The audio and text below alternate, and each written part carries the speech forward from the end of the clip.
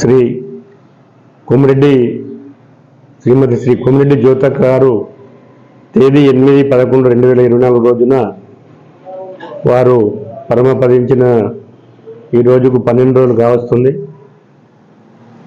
ఏదైతే కొమిరెడ్డి జ్యోతక్క గారు మొట్టమొదటగా కాంగ్రెస్ పార్టీ రాజకీయాలలో చురుకైన పాత్ర పోషించి ఒక ఎంపీపీగా మరియు ఒక ఎమ్మెల్యేగా వారు గెలుపొందడం జరిగింది. ఆ రోజులలో వారి యొక్క మన మెట్పల్లి నియోజకవర్గానికి ఎన్నో రకాలుగా అభివృద్ధి చేసినటువంటి ఘనత శ్రీ జ్యోతక్కకే దక్కుతుంది.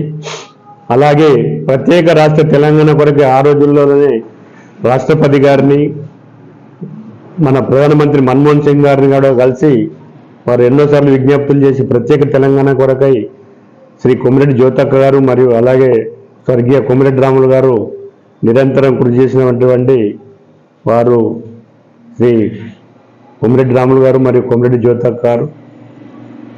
అలాగే కొరుట్ల నియోజకవర్గ ప్రజలందరూ కూడా రేపు మన పార్టీ అభిమానులు కార్యకర్తలు రేపు జరగబోయే విఆర్ఎం గార్డెన్లో జరగబోయే పెద్ద కర్మ కార్యక్రమానికి అందరూ తరలి వచ్చి వారి ఆత్మశాంతి కొరకై తప్పకుండా అందరూ రావాలని కోరుతున్నాం.